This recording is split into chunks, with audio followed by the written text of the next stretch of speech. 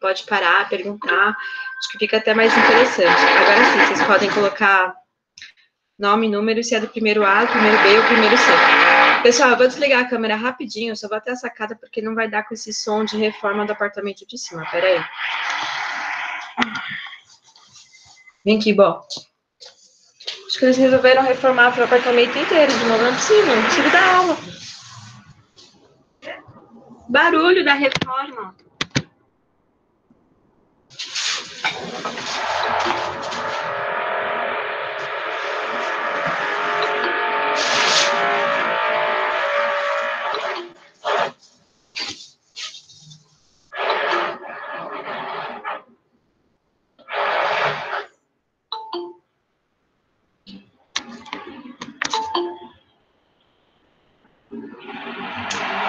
Pessoal, vim aqui para a sacada, acho que está um pouco melhor, tá? Se vocês não estiverem me ouvindo após o barulho da reforma, qualquer coisa me avisa, e aí a gente retoma essa aula depois, ou eu gravo e posto lá no Moodle para vocês, tudo bem? Então, só para lembrar, alguns alunos já me perguntaram, dá para ouvir, pessoal, o som aí? Turma, vocês estão me ouvindo? Dá para ouvir mais ou menos, Sora. Tá, mas tá ruim o som da reforma? Dá para ouvir, mas, tipo, mais ou menos. Tá, é porque aqui tá bem alto. Dá para te ouvir, Sora. Tá, então vamos lá. Na última aula aí que a gente falou sobre Sócrates, eu contei para vocês que ele vai ser condenado à morte. Tô procurando um lugarzinho para ligar o fundo. Ele vai ser condenado à morte aí. Vocês estão me ouvindo? Sim, Sora. Agora fica melhor. Pelo menos eu não escuto tanto barulho da reforma. Então vamos lá. Sócrates vai ser condenado à morte. E aí ele vai beber um cálice de cicuta. E o Platão, como aluno dele, fica revoltado com a democracia ateniense. Por que ele se revolta com a democracia ateniense? Porque ele percebe que um povo que não sabe pensar não merece viver numa democracia. Então, ele se retira de Atenas e vai começar a construir as teorias próprias, tá? Então, enquanto o Platão é aluno de Sócrates, ele escreve os diálogos socráticos, ele retrata todas as aulas de Sócrates nesses diálogos socráticos, mas é mais a teoria de Sócrates mesmo, os ensinamentos de Sócrates. Quando Sócrates é condenado à morte e ele se retira e o Platão sai de Atenas, aí sim ele vai construir as teorias próprias, tudo bem? Dentro desse contexto, eu passei para vocês a relaboração, que eu vi aqui que alunos já colocaram que ficaram com dúvidas, né? Então, eu vou falar da relaboração agora, Arthur, você que colocou aí. Peraí, que 3 partes do texto você está se referindo e o que é para fazer exatamente com o trecho que a gente escolher, tá? Eu expliquei para vocês na aula passada que a apologia de Sócrates... Dani, desliga o seu microfone. Daniela? Desculpa.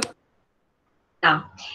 Expliquei para vocês que a Apologia de Sócrates de Platão tem 3 partes, tá? A primeira parte, que conta o episódio do oráculo de Delfos, que é quando Sócrates vai com o amigo dele até Delfos, que é uma cidade, visitar o oráculo, né? E aí lá uma das Pítias, que era uma sacerdotisa ligada ao deus Apolo, fala que o Sócrates é o homem mais sábio de Atenas. E aí conta também um trecho dele tentar desvendar esse mistério aí dado pela sacerdotisa ligada ao deus Apolo aí, em vida, e aí quando ele começa a praticar um pouco mais o seu processo da maêutica, o método da maêutica socrática, que eu expliquei para vocês também. Então, essa é a primeira parte da apologia de Sócrates. A segunda parte da apologia de Sócrates é o próprio julgamento de Sócrates mesmo, a condenação, ele tentando fazer a defesa, ele explicando para o povo que ele era o melhor bem para a cidade. Então, é esse trecho do julgamento propriamente. A terceira parte da apologia de Sócrates é um diálogo que ele tem com um dos seus alunos sobre a questão da imortalidade da alma. Então, eu coloquei para vocês lá a apologia de Sócrates inteira, né, com essas 3 partes. Vocês vão escolher dentro delas aquela que você acha que é mais interessante, que chamou mais atenção. Foi o episódio do oráculo de Delfos, a primeira parte.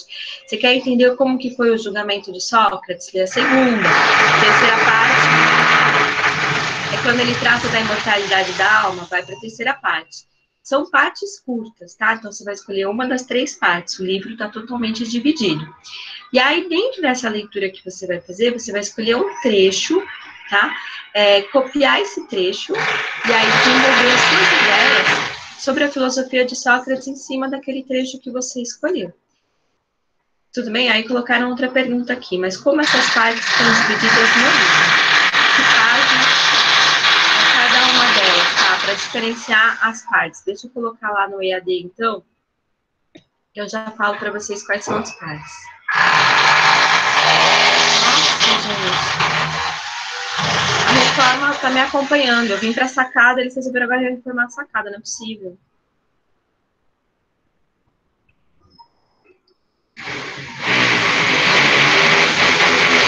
Eu vou colocar para vocês de página tal até tal, que está essa divisão da apologia de Sócrates aí para vocês poderem fazer a reelaboração de vocês, tá?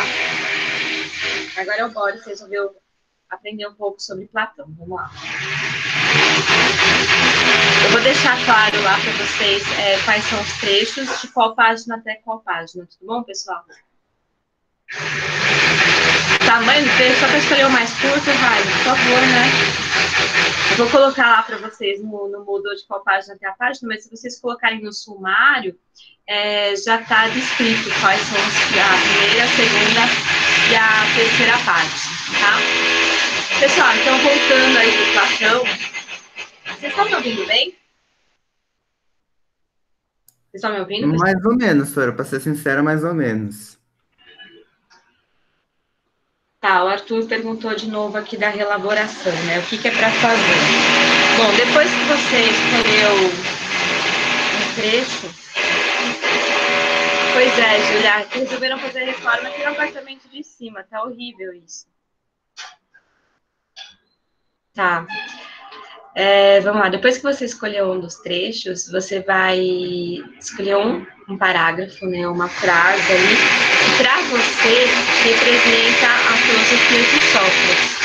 Dentro disso, você vai desenvolver relacionando com aquilo que o Sócrates fez, que o modo de vida dele era o modo da filosofia dele.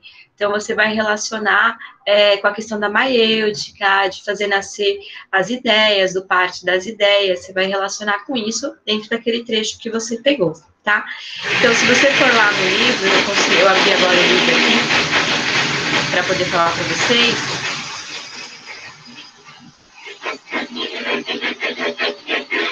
O sumário não tá aqui. Tá, eu vou colocar as páginas, as divisões, tá? E aí fica mais claro o que vocês vão ter que escolher aí. Eu vou colocar as divisões. O Eutífron, a primeira parte, começa lá na página 22. E aí eu ponho até onde vai, e a segunda e a terceira parte também. Tudo bem? Mais alguma dúvida sobre a reelaboração? Para escrever uma reelaboração, pai, você pega o trecho e desenvolve explicando a filosofia de Sócrates. Tá? Mais alguma dúvida, pessoal, sobre a reelaboração? Não? Podemos começar, então? Não, Juliana, não tem mínimo de linhas, não. É uma reelaboração, então é um texto autoral de como que você entendeu a filosofia de Sócrates e como que essa filosofia se relaciona aí com esse trecho que você escolheu. Tanto faz, Daniel, se é no fichário ou se é no Word. Eu abri para colocar até 4 arquivos, então você pode adicionar até 4 fotos ou até 4, ou um arquivo do Word, tanto faz. Mais alguma dúvida, pessoal? Não? Ok, então vamos lá. Logo após a morte de Sócrates, então, na cidade de Atenas, o Platão se retira da cidade e vai começar a desenvolver as próprias teorias aí. A principal teoria dele, que é a mais famosa, é a do mito da caverna, que eu vou falar para vocês na aula de hoje aí, para a gente poder começar a entender o que é a filosofia de Platão e por que o Platão vai ser tão importante aí para a filosofia ocidental, para o pensamento da filosofia ocidental e para a construção de tudo aquilo que vem depois, tá? A gente vai começar a falar do mito da caverna. Então, o sumário de hoje é Platão, mito da caverna. Pessoal, se o som ficar ruim, alguma coisa, vocês me avisem aí. Qualquer coisa eu retomo na próxima aula, tá? Vamos lá. Então, quem que foi Platão, como que ele surge, né? Platão, ele vai ser aluno de Sócrates, que a gente já falou dele nas outras aulas. A gente tem 3 fontes históricas de Sócrates, tá? Que é o Platão, Xenofonte e o Aristófanes. O Platão é o principal, que eu já expliquei aí. Ele vai escrever os diálogos socráticos, que são os ensinamentos de Sócrates, tá? Pessoal, eu não consigo ler o chat enquanto eu estou escrevendo, então se alguém puder passar o que a galera está escrevendo aí, eu agradeço. Pode deixar, senhora. Ah, valeu. Ah, a Camila colocou. O Platão vai continuar com aquele método da maiêutica socrático, que é o método da dialética. Dialética porque é um diálogo, aquele diálogo de 2 em 1 da interioridade do ser. Só que agora não é mais a verdade de cada ser. Vai ser uma única verdade válida para todos, tá? E por que isso? Porque para o Platão, as ideias de tudo que existe no mundo já nascem com a gente, são ideias inatas. Pelo fato da gente ser inserido num corpo, no nascimento, o corpo acaba sendo atraído pelas coisas do mundo.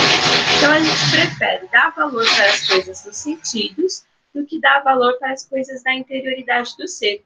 E a gente acaba se esquecendo daquelas ideias inatas que a gente já nasceu com elas, tá?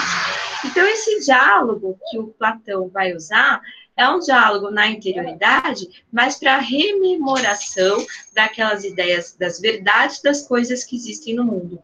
Então, o Platão não valoriza mais a opinião, porque ele viu que não funciona numa democracia, né, já que um povo não sabe pensar, e ele vai começar a valorizar a verdade das coisas, mas agora como uma única verdade. Para explicar isso, ele desenvolve uma epistemologia. O que é uma epistemologia? Epistemologia é a teoria do conhecimento, é uma teoria de como nós conhecemos as coisas que existem no mundo, tá? Para explicar essa epistemologia, ele desenvolve esse mito da caverna, mito ou alegoria da caverna. Só tá difícil, hein? Por que é mito ou alegoria? Conforme a tradução ou o modo que você use, vai variar o conceito, tá? Então, a alegoria é como se fosse uma metáfora. O mito E mito é uma explicação também, só que tenta explicar algum fenômeno natural. E qual seria esse fenômeno natural que o Platão tenta explicar? Como que o ser humano conhece as coisas, tudo bem? Tá, a gente já falou um pouco aí do mito da caverna. Ai, gente, só ouvindo. Vocês estão me ouvindo? Sim, senhora. Então, tá, o barulho que tá aqui é uma coisa absurda. Então vamos lá, continuando. Eu tô falando com vocês, não tá um barulho de furadeira, sei lá, o que eles estão fazendo. Então, quando o Platão se retira lá de Atenas, ele vai fundar tá meio difícil de ouvir. Eu vou tentar mudar de novo de lugar, pessoal. A última tentativa.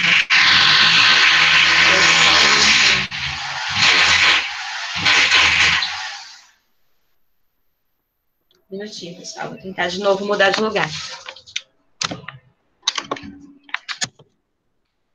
Gente, não tô conseguindo dar aula.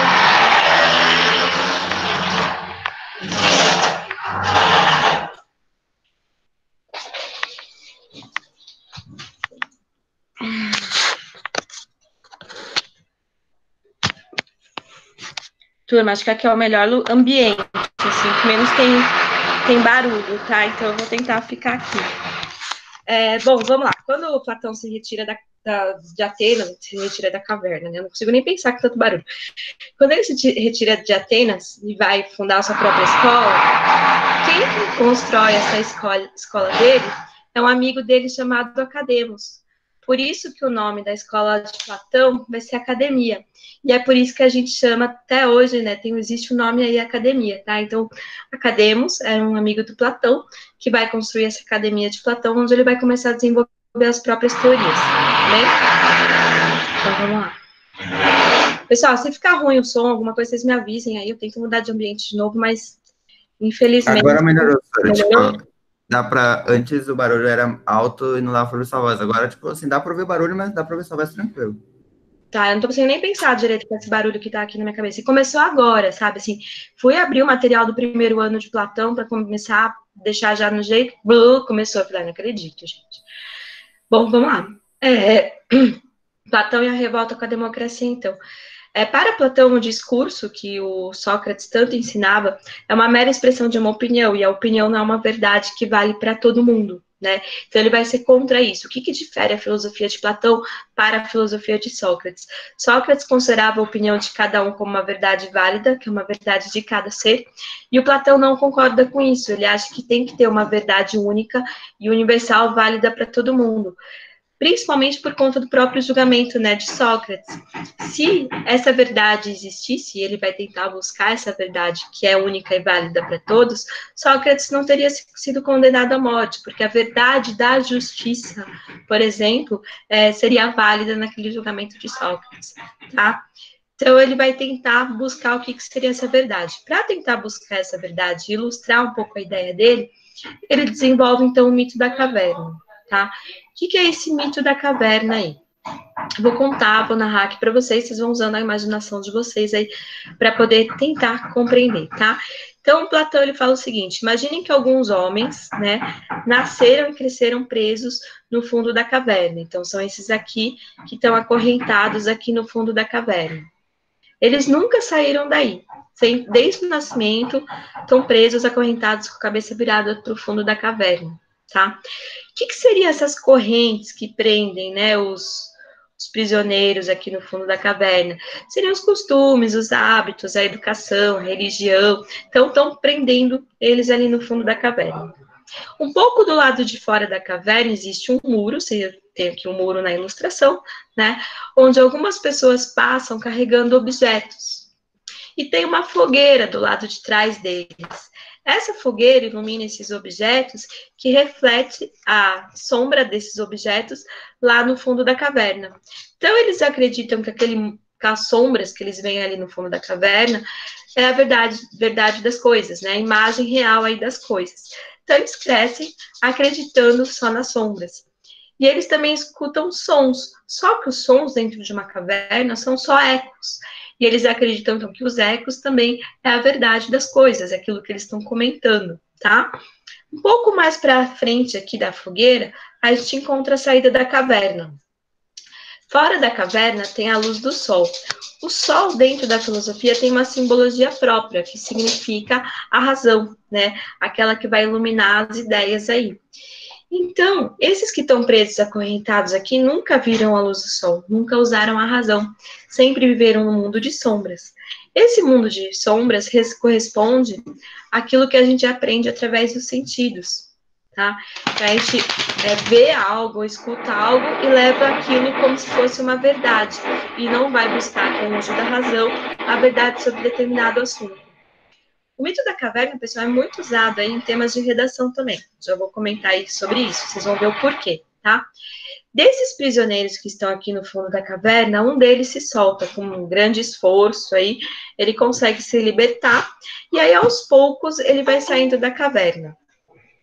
Quando ele sai totalmente da caverna, a princípio, ele fica cego, né? Vocês já tiveram aí a experiência de sair de uma garagem escura e para a luz do sol, a gente fica, né, um pouco cego, e aí aos poucos a gente começa a reconhecer as imagens, as cores e as formas. Então é isso que acontece com esse prisioneiro aí que se solta do fundo da caverna, tá?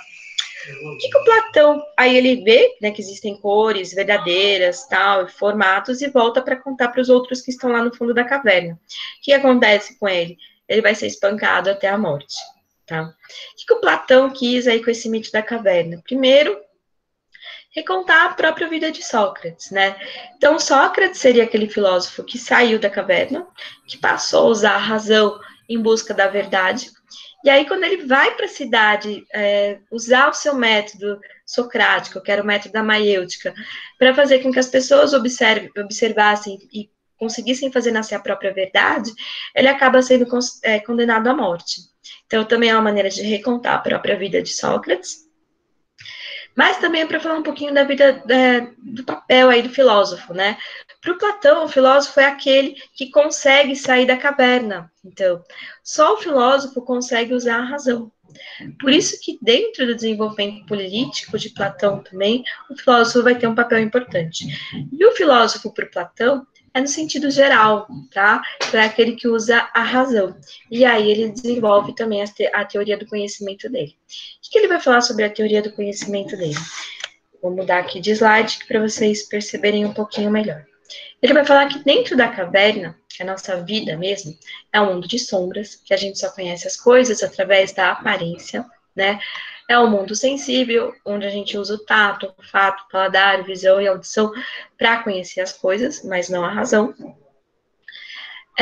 Faz parte aí do senso comum, a gente escuta e não vai buscar a verdade. Também é um mundo de ignorantes. A palavra ignorante, ela é da junção de ig, no, ratio, aquele que não usa a razão, tá? Então, é um mundo onde não tem o uso da razão. E as correntes que nos prendem lá no fundo da caverna é a cultura, a educação e a religião. Do lado de fora da caverna, a gente tem a luz do sol, que seria o uso da razão. É um mundo inteligível, é um mundo de essência. O que é a essência? É a verdade das coisas, tá? Então, é um mundo de ciência, também de sabedoria, de conhecimento, e também da música de conhecimento. Como que a gente faz para passar do mundo de dentro da caverna para fora da caverna? Pelo método dialético que ele pega lá de Sócrates, que é um processo aí de reminiscência. Como que funciona isso? Então, a gente está aqui, agora inserido no corpo, aprendendo as coisas pelo mundo sensível, pela aparência, né? Conforme vocês vão escutando isso que eu estou contando para vocês sobre o que é a verdade, quem é Platão, vocês vão fazendo um processo na interioridade de vocês de reminiscência, de absorção, de tentar compreender, que é um processo interno. Esse processo interno faz vocês rememorarem, tá, o que é a verdade, porque afinal vocês já nasceram com a ideia de tudo que existe no mundo. O que a gente precisa fazer é um processo de relembrar, de reminiscência, para poder compreender a verdade das coisas. Pessoal, até aqui, alguma dúvida aí sobre o mito da caverna? Sora, eu tenho uma pergunta. O Platão, ele busca uma verdade universal em relação ao quê? Lembra que para Sócrates, com o processo da maiêutica, ele queria fazer nascer a verdade de cada um, que era a opinião de cada um, né? Para poder ir para as ágoras fazer a discussão. Então, para o Sócrates, a verdade era relativa. Cada um tinha a sua própria verdade e tinha que aprender, através do processo da maiêutica, a expor essa verdade para poder ir discutir nas ágoras, né? Que era onde era feita a democracia ateniense. Para o Platão, não, só existe uma única verdade que é válido para todos, tá? Então, por exemplo, o que é o belo é a mesma ideia de belo para todos. Ele trabalha muito com a questão da estética, da beleza. O que é a justiça não é mais o que é a justiça para mim, o que é a justiça para Maria, o que é a justiça para o Gustavo. É o que a verdade sobre o que é a justiça tem que ser válido para todos. E tanto eu como o Gustavo, você, a gente já nasce com essa ideia, só que a gente esquece dela pelo fato de estar inserido num corpo e o corpo ser atraído pelo mundo das sombras, pela caverna. Deu para entender? Uhum. Obrigada, Sora. Tá? Pessoal, pode falar, Otto. A Carol tá perguntando quais eram as duas fases de Platão. Tá, a primeira fase de Platão é quando ele escreve os diálogos socráticos, quando ele ainda é aluno de Sócrates. Após a morte de Sócrates, ele se retira da cidade e vai escrever as teorias próprias, e ele parte aí do mito da caverna, do livro da República, né?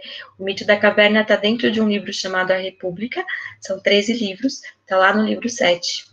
E que o mito da caverna explica bem toda a filosofia de Platão. Ok? Mais alguma pergunta, pessoal?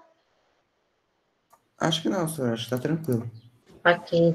Então, o mito da caverna aí é o mito mais contado e recontado da história da filosofia, tá?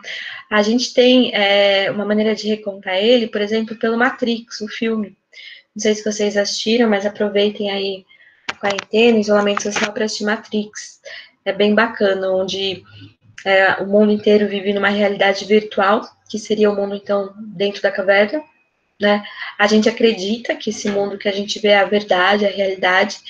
E aí a gente tem a personagem do Neo, que é o Keanu Reeves, ele tá mó bonitão no filme, meninas, que ele é convidado aí para Matrix. Matrix se chama, é mãe, né, em grego, que é a nave que cria essa realidade virtual para as pessoas, fazendo com que elas acreditem que aquilo é a verdade das coisas. Mas o Neo vê que a verdade não é bem assim. Ele sai então da caverna em direção à luz, tal, mas eu não vou contar, não vou dar spoilers para quem já assistiu Matrix, tá? Maurício de Souza também recontou o mito da caverna em história em quadrinhos. Eu tenho até aqui ele, se vocês quiserem ver, eu posso disponibilizar aqui para vocês.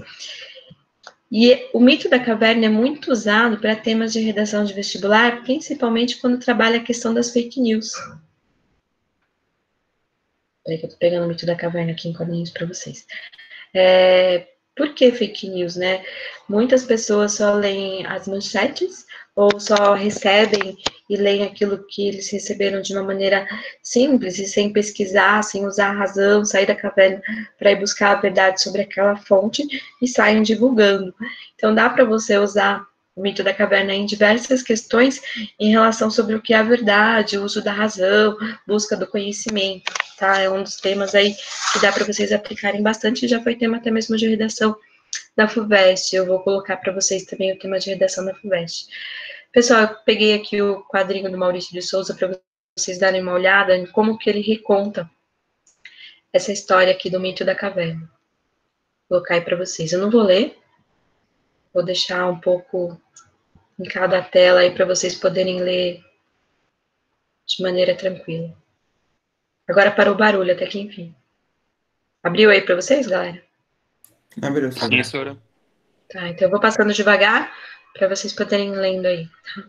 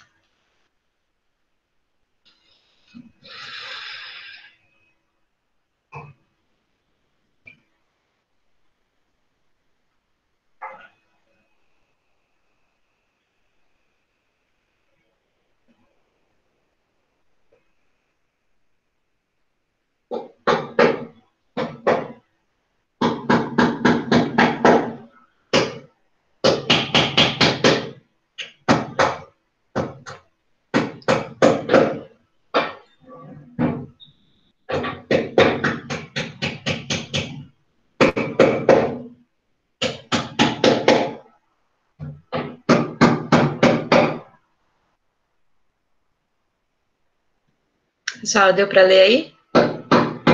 Deu tudo certo. Tá? Então, também, assim, faz referência a quantas vezes a gente não fica no nosso próprio mundinho da caverna e toma determinadas coisas como certas e verdadeiras e não vai buscar a verdade das coisas. Dá para a gente aplicar em diversos temas aí de redação, tá? Só que a gente vai conhecer também um pouquinho mais a teoria do conhecimento do próprio Platão. Então, só para continuar mais um pouquinho aí, que a gente vai finalizar já já a aula, essa divisão entre dentro da caverna e fora da caverna de Platão a gente vê uma certa dicotomia, né, que é o mundo das sombras e o mundo da luz. Então, aqui, só para ilustrar um pouco, de uma maneira um pouco mais clara para vocês, né, ali dentro da caverna, no fundo da caverna, a gente tem um espetáculo de sombras, né, a gente tem o cativo, que é aquele que está preso devido à sua educação, cultura, religião, que é aquilo que está mais forte, enraizado em nós mesmos, por isso que é difícil sair da caverna. A gente tem o caminho de fantoches e o muro, as pessoas carregando esses fantoches, esses objetos que refletem as suas sombras lá dentro da caverna, o fogo, que já é a área da razão, tá? É quando a gente começa a despertar ali do fundo da caverna, e a parte totalmente de fora, que é a área da filosofia, que é aquela que vai encontrar a verdade, o que é o bem, o que é o belo, o que é o justo, só que agora é uma única ideia de justiça, uma única ideia de bem, uma única ideia de belo, que é válido para todos, tá? Dentro desse contexto, o Platão também faz uma crítica aos artistas, né? Porque os artistas, quando retratam uma paisagem, ou alguém, ou alguma figura, ele não retrata a verdade das coisas, ele retrata através dos seus sentidos. Então, para o Platão, os artistas não servem para nada, né? Porque eles não mostram, dentro dessa área da razão aqui, a verdade das coisas, apenas uma representação do próprio mundo da caverna, tá? Do próprio mundo de sombras aqui. Essa dicotomia, essa dualidade platônica, a gente divide da seguinte maneira. A gente tem o mundo sensível, que é a aparência, sombras, opinião, que é a matéria, o corpo, né, que é dentro da caverna. E a gente tem o mundo inteligível, que seria a essência, a verdade das coisas, que é um mundo imaterial, tá? É o mundo das ideias, que é o exterior, que é iluminado pela razão. E através de um processo de rememoração, que é a reminiscência, a gente consegue alcançar essa verdade das coisas, aí, as verdadeiras ideias que já estão em nós, tá? Então, aqui a gente tem essas ideias eternas, que estão lá em nós, e no mundo, a gente tem a multiplicidade das coisas. Por que, por exemplo, quando eu falo para vocês caneta, não vem não necessariamente uma imagem de caneta na cabeça de vocês, mas um conceito.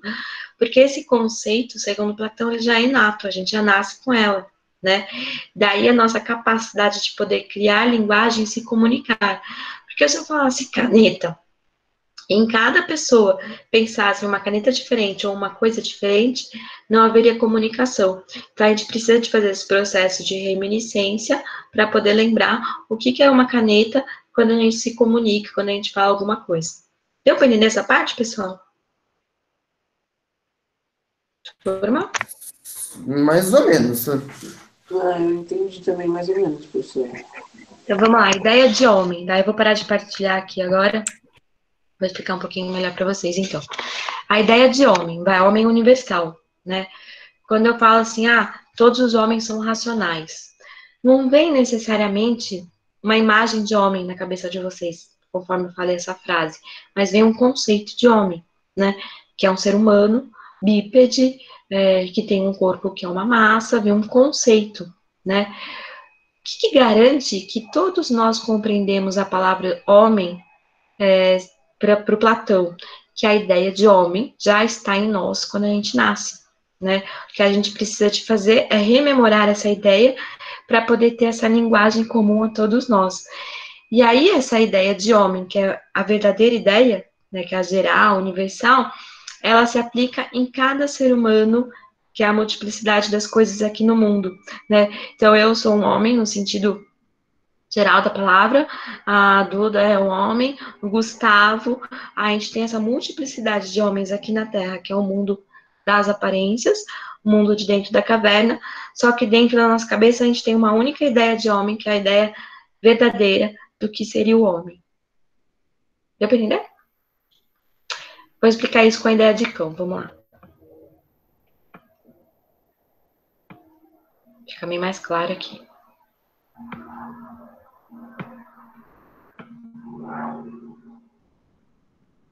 Foi aí? Foi. Então, aqui, ó, gente, dentro da caverna, que é o mundo sensível, que é a parte de baixo do slide, a gente tem todos os cães que existem no mundo, né? Tem o cão salsicha, tem o poodle, tem o boxer, tem o rottweiler, tem vários tipos de cães no mundo. Só que na nossa cabeça, que é o nosso mundo inteligível, que é com o uso da razão, a gente tem apenas uma ideia de cão, que é a verdadeira ideia de cão, que é a essência de cão, tá? A caninidade.